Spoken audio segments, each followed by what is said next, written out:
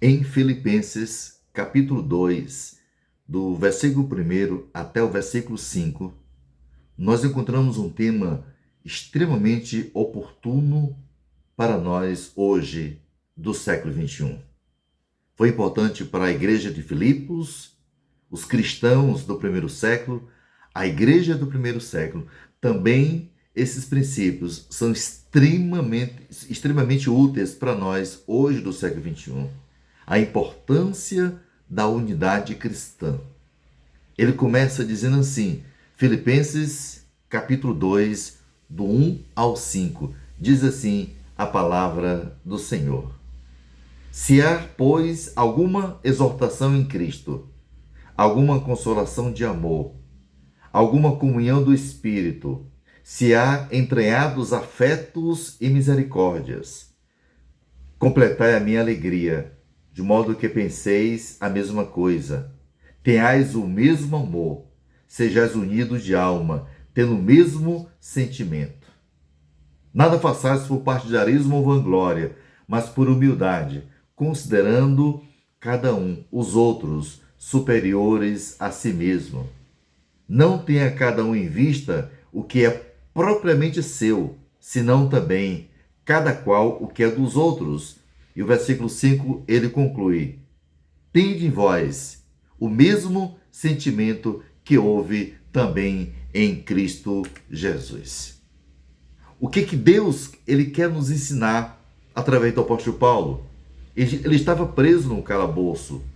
Ele estava preso em Roma por causa do evangelho. Paulo não era nenhum preso político, mas ele recebeu informações da igreja de Filipos através do mensageiro Epafrodito. Ele relata para Paulo a situação da igreja e, inspirado por Deus, Paulo escreve essa carta, que é uma carta do coração de Paulo, é uma carta de gratidão, mas é uma carta também de exortação, de aconselhamento e para a igreja, para os seus filhos ali em Filipos.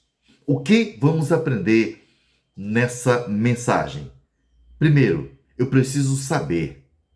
Eu preciso saber e perceber a necessidade de manter a unidade do espírito para lutar contra as oposições de fora e a carnalidade de dentro da igreja. A igreja precisa estar unida. Ela precisa se fortalecer na unidade. Assim a gente vai combater as heresias dentro e fora da igreja. Unidade. Ele vai mostrar que tipo de unidade devemos ter, principalmente a unidade doutrinária, onde o princípio prevalece. A palavra é prioridade, por isso que as seitas e as igrejas liberais, elas deixam de lado, primeiramente, a doutrina, o princípio. Porque é a doutrina que nos mantém firmes, unidos, fortes. É a doutrina, é o princípio. Porque o princípio, ele não é algo horizontal. Ele exerce influência horizontalmente, mas o princípio, ele veio do coração de Deus. O Espírito Santo, ele inspirou, soprou os princípios bíblicos do coração de Deus, do trono de Deus, a nós, aos apóstolos, aos profetas, aqueles que foram inspirados para escrever as sagradas escrituras de Gênesis a Apocalipse. Por isso que a palavra de Deus, ela é inspirada. Ela não precisa ser alterada. Ela não precisa ser modernizada para entrar num projeto do ser humano, um projeto perdido, um projeto em falência. É o homem que precisa entrar num projeto de Deus, e esse projeto é a sua palavra que modifica, é a dínamo de Deus capaz de transformar o homem vil em alguém de bem. Você conhece a história daquele homem que tinha muitos demônios. Ao crer em Cristo, ele passou a conviver em sociedade. A mudança dele foi completa. corpo, alma e espírito, sem sombra de dúvida. Que quando Cristo entra no ser humano, ele entra em uma pessoa. Essa transformação, ela é completa.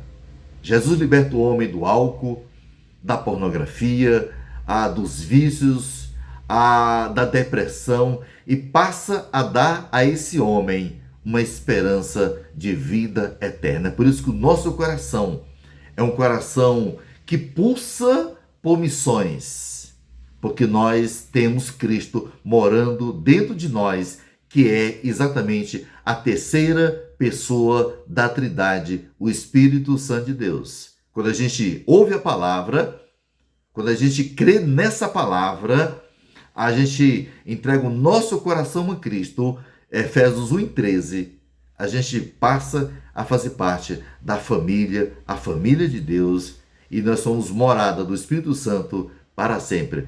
Cristo passa a viver em nós. As mudanças começam a acontecer. Eu preciso compreender o exemplo de humildade e humilhação de Cristo em favor do quê? Do próximo. É importante isso. Humildade. Essa é a palavra de ordem que a gente precisa aprender a partir desse texto, no exemplo de Cristo. Ele diz assim, no versículo 5, tende em vós a mesma mentalidade, o mesmo sentimento. A palavra mentalidade ali, no grego, é crânio. Abra o vosso crânio, abra a vossa cabeça e coloca dentro desse crânio o mesmo sentimento que houve, não em mim, Paulo, não no Francisco, nem no João, no Chico. O referencial aqui é Cristo. Que referencial ele demonstrou para nós? Humildade, servir, dedicar a sua vida às pessoas. Isso é importante. Eu preciso sentir isso, né? Eu preciso ver isso, né? Saber disso. Eu preciso sentir. Sentir o quê? A alegria do convívio com os irmãos da igreja. Esse convívio horizontal. Eu preciso sentir.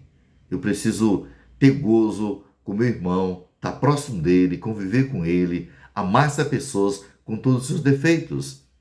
A conscientização da necessidade da unidade, humildade e abnegação para o progresso do corpo de Cristo. Não tem essa humildade, se não tem essa abnegação, esse corpo chamado igreja não vai funcionar.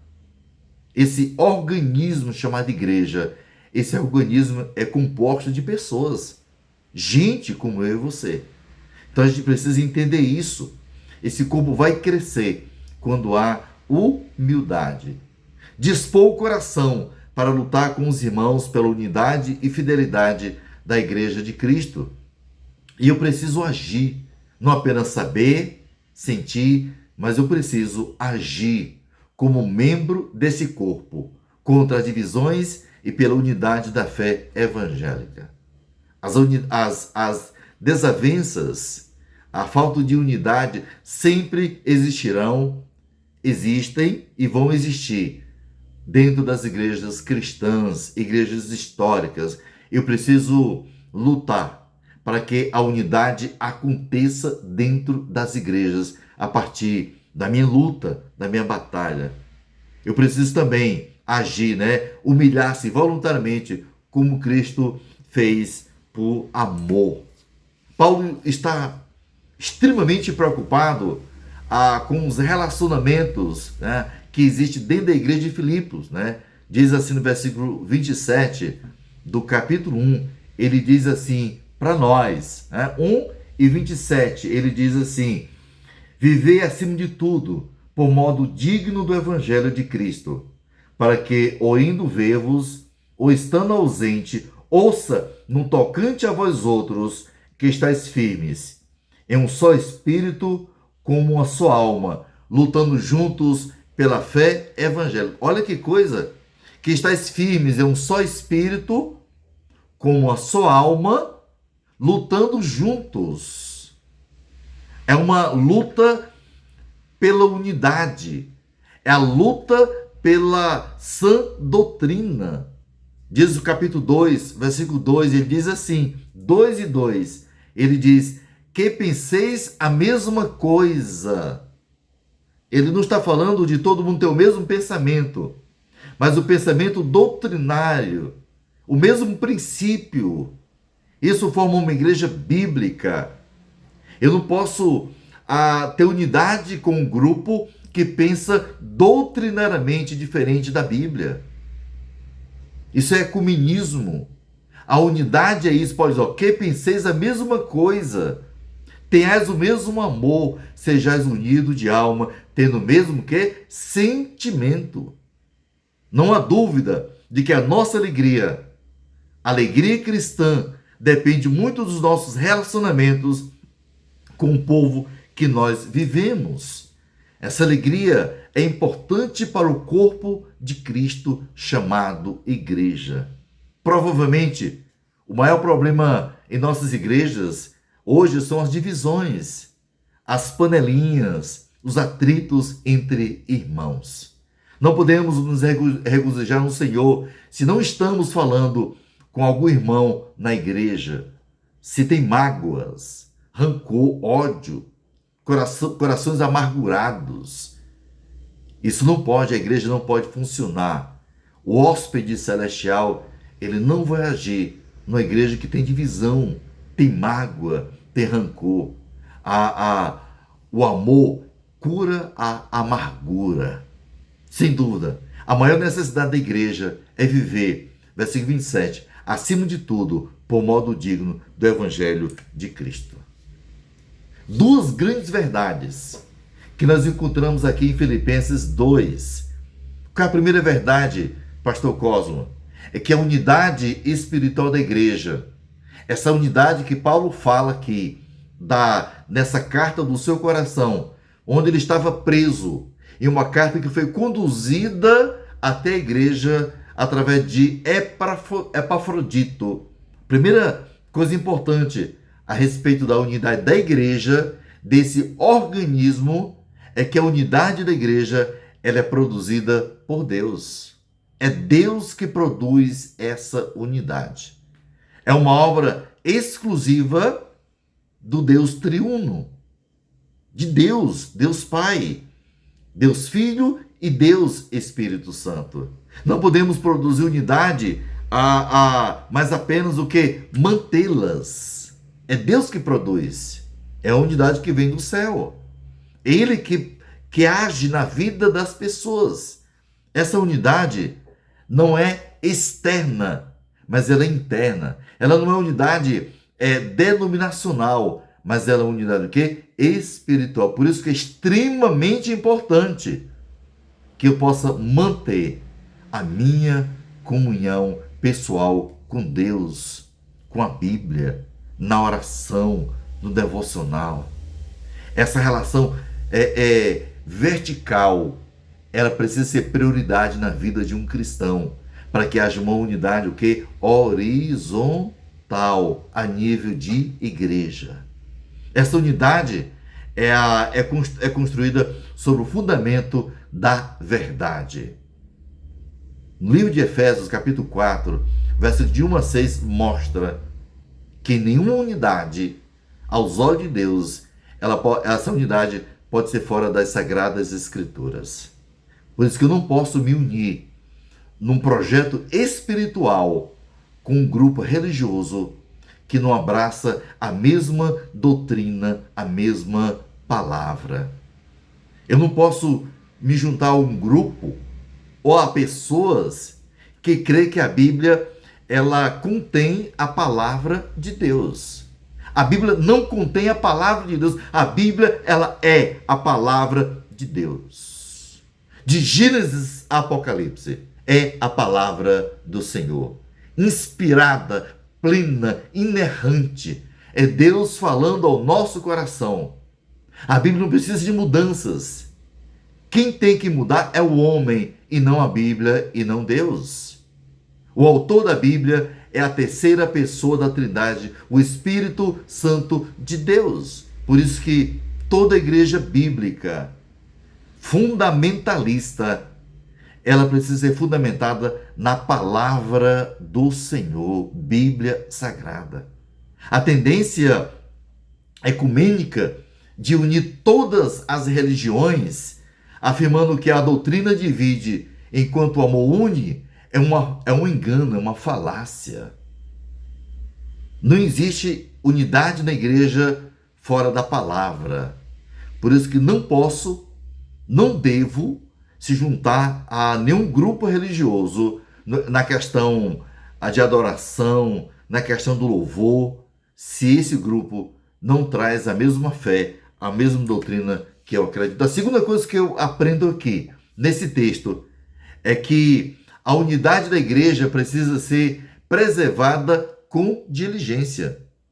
Essa unidade é Deus que projeta, vem do alto, mas essa unidade cristã precisa ser o quê? Preservada com diligência. O que ameaça a igreja de Filipos ainda ameaça as igrejas de hoje. O quê? A desunião. Havia na igreja a desunidade, né? A falta de unidade entre Evódia e Sintique. Havia irmãs, né? Havia pessoas que não tinham o mesmo pensamento, não estavam numa concordância. Por isso que Paulo fala para essas pessoas, especialmente essas duas irmãs, que pensem concordemente no Senhor. Quando os crentes vivem brigando e falando mal um dos outros, isso é um espetáculo lamentável e vergonhoso diante de quê? Do mundo. O mundo vai ver em nós uma igreja que não tem o retrato de Cristo. Quantas igrejas estão brigando por terra, por patrimônio, pelo púlpito, por dinheiro? Que coisa feia, horrível aos olhos de Deus e também aos olhos da sociedade. Paulo faz uma transição, né, dos inimigos externos. Versículo 28, ele diz assim: e que em nada estáis intimidados pelos adversários, pois o que é para eles prova evidente de perdição, é para vós outros de salvação, isto da parte de Deus. Ele faz uma transição dos inimigos externos, né, fora da igreja, para os perigos internos. Versos de 1 a 4, ele vai mostrar os perigos que a igreja tinha no sentido interno. Para Paulo, uma igreja dividida é uma presa fácil no caso de um ataque frontal. Uma igreja que está dividida, uma igreja que está fragmentada, ela é uma presa, repito, fácil para o Satanás, para o nosso grande inimigo. No versículo 1, no capítulo 2, o apóstolo Paulo vai mostrar para nós quais são os alicerces para que essa unidade aconteça dentro da igreja. Confira comigo, Filipenses 2:1, diz assim a palavra do Senhor: se há, pois, alguma exaltação em Cristo, alguma consolação de amor, alguma comunhão do Espírito, se há entreados afetos e misericórdia. Antes de exaltar a igreja sobre a questão da unidade cristã, Paulo dá a base doutrinária. E essa base doutrinária é a base da unidade cristã entre os irmãos. Ele vai mostrar aqui 4 pilares que sustentam a unidade cristã. Qual é o primeiro pilar que pode sustentar uma igreja forte, unida? E esses pilares não são criados pela igreja. Esses pilares não vêm de uma ideia pastoral, missionária, de algum seminário teológico, por mais conservador que ele seja. Esse pilar vem de Deus, né? São dádivas do Senhor. E qual é o primeiro pilar para que a igreja ela possa ser uma igreja unida? Versículo 1. A vida comum de Cristo. Toda igreja, todo membro da igreja, antes de olhar para qualquer pessoa da igreja ou do planeta, ele precisa primeiramente olhar para aquele que é o nosso exemplo por excelência. E essa pessoa é Cristo. Se você olhar para as pessoas, você vai sofrer decepção. Sempre as pessoas sofreram decepções.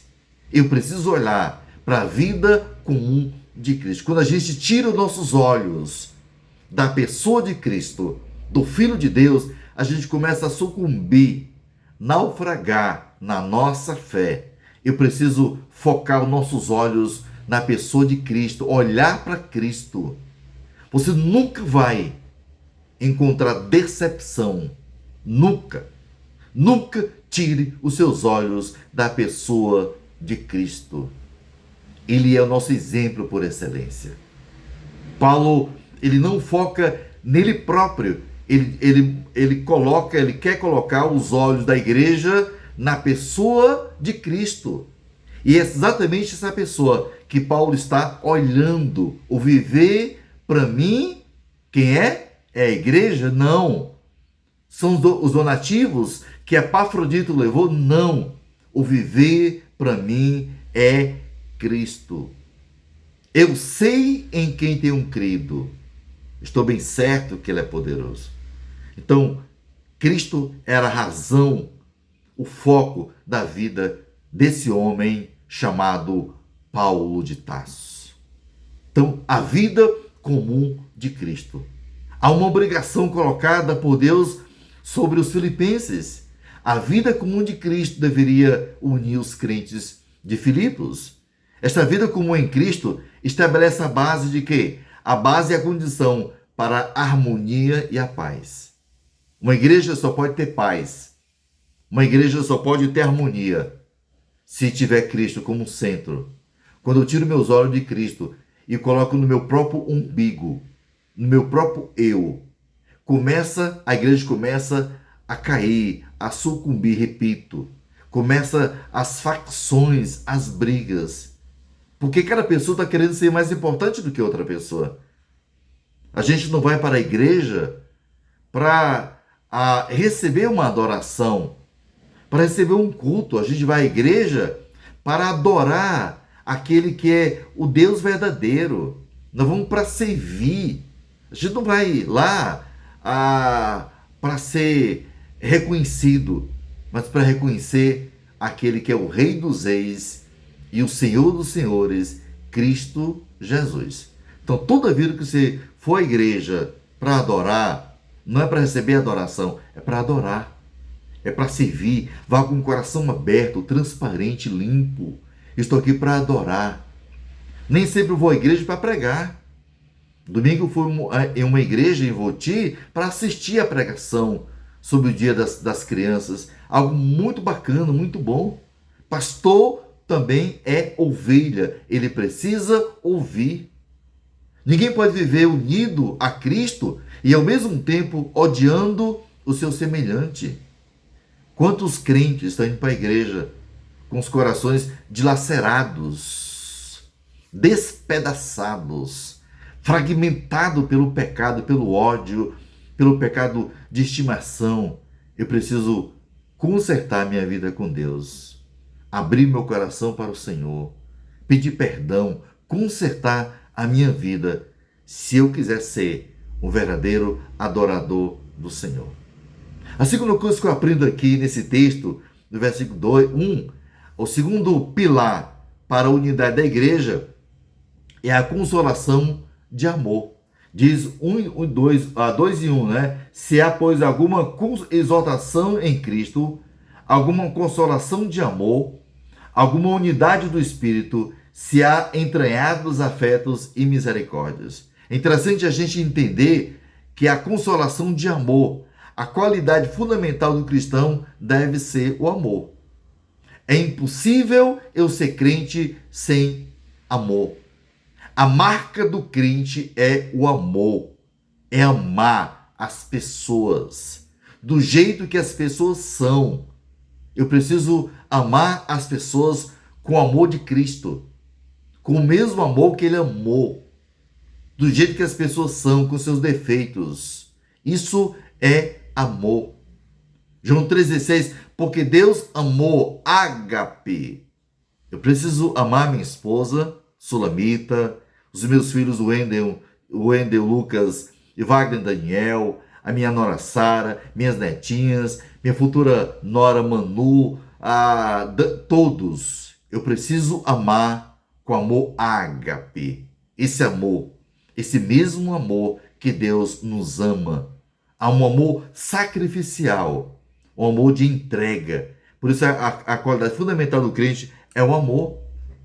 É interessante isso. A Bíblia diz, em Mateus 22, 37 ao 40, diz assim a palavra do Senhor.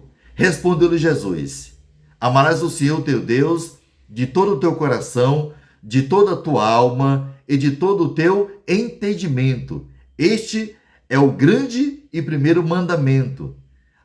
O segundo, semelhante a este, é amarás o teu próximo como a ti mesmo. Destes dois mandamentos depende toda a lei e os profetas. Quando eu amo de verdade, eu procuro a unidade e renuncio o meu eu. Eu tiro meu time de campo. Eu coloco aquela pessoa que precisa ser amada. Este amor não é apenas uma emoção passageira, não é aquele amor das novelas, né? Que são cantados nas músicas aí do mundo, mas uma qualidade, tendo como exemplo o próprio Cristo. Quando todos os cristãos desistirem do orgulho, do egoísmo, dos preconceitos e adotarem o amor, haverá unidade. Nós somos extremamente preconceituosos, né? Nós somos extremamente egocêntricos. Eu quero que a minha ideia prevaleça, o meu gosto prevaleça, a bandeira da minha igreja seja mais importante do que a do meu colega. Isso é pecado contra Deus. Uma igreja jamais será unida se eu pensar dessa forma. O terceiro pilar para que a igreja seja unida é a comunhão do Espírito. Diz o versículo 2, capítulo 2, versículo 1. Unidade, comunhão do Espírito. É o Espírito Santo quem produz a nossa comunhão com Deus e a nossa comunhão com o próximo. É Ele que produz. Ele que é o moderador. Ele promove essa unidade. Por isso que toda pessoa crente, claro, ele tem o Espírito Santo, mas nem sempre ele vive em comunhão com Deus. É importante isso, queridos. Eu preciso entender isso. Sem o Espírito Santo, não há a vida nem poder na igreja. Por isso que a gente vê tantas brigas, porque são crentes bíblicos, crentes cheios do Espírito Santo, querendo servir a Deus, enquanto existem outros que não são cheios. São crentes que estão na carne. Muitos deles nem conhecem a Cristo. O quarto pilar para a unidade da igreja é entranhados afetos e misericórdias. Por que Paulo citou isso, né? Entranhados afetos. O que quer dizer com entranhas? É no sentido do caráter, né? Entranhe no sentido do caráter, da índole, sentimento do coração. É algo que vem de dentro, né? Eu não posso pensar apenas na parte exterior. Quando o Espírito Santo trabalha na vida do crente, o fruto do Espírito Santo, ele é produzido, conforme Gálatas capítulo 5. Quando o Espírito Santo controla a minha vida, quando eu tenho uma vida cheia do Espírito Santo de Deus, o que vai acontecer? Gálatas 5. Mas o fruto do Espírito é o quê? Amor, alegria, paz, longanimidade, benignidade, bondade, fidelidade, mansidão, domínio próprio. E ele diz, contra essas coisas não há lei. Todo cristão cheio de Deus, ele produz na sua vida essas coisas.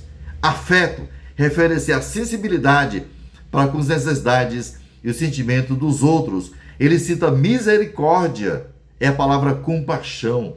Significa o sentimento de dor que alguém sente ao ver o outro sofrer e o desejo de livrá-lo desse sofrimento. Então, eu preciso lembrar disso, de que quando eu amo de verdade, quando eu quero o bem da minha igreja, eu vou observar esses pilares, eu vou ter compaixão, eu vou ter misericórdia do meu irmão, eu vou priorizar ele, não eu.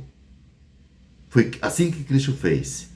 Ele priorizou a cada um de nós, dando a sua vida naquela cruz. Isso é renúncia.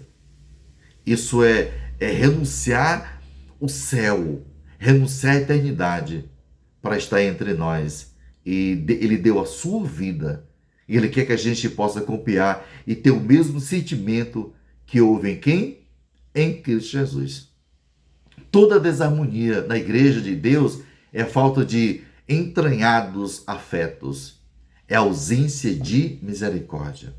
Olhe para o seu irmão, olhe para aquele que está perto de você, olhe com misericórdia, com graça, olhe com compaixão. Você vai ser diferente.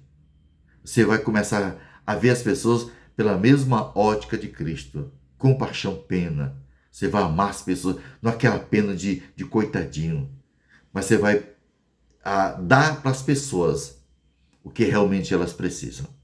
Nosso próximo ponto da nossa próxima reflexão: quais são os perigos contra a unidade da igreja? Existem perigos que podem tirar a unidade da igreja. Quais são esses perigos? Esse será o nosso próximo tema do nosso próximo devocional, muito em breve. Que Deus nos abençoe e aplique essas verdades em nossos corações. Lembre-se, eu e você, nós precisamos ter o mesmo sentimento que houve na Igreja Batista Presbiteriana, não, que houve em Cristo. E que sentimento é esse? Humildade, servir. Você tem esse sentimento? Você quer que as pessoas se sintam bem perto de você? Ame as pessoas com amor ágape. Que Deus abençoe em nome de Jesus. Amém e amém.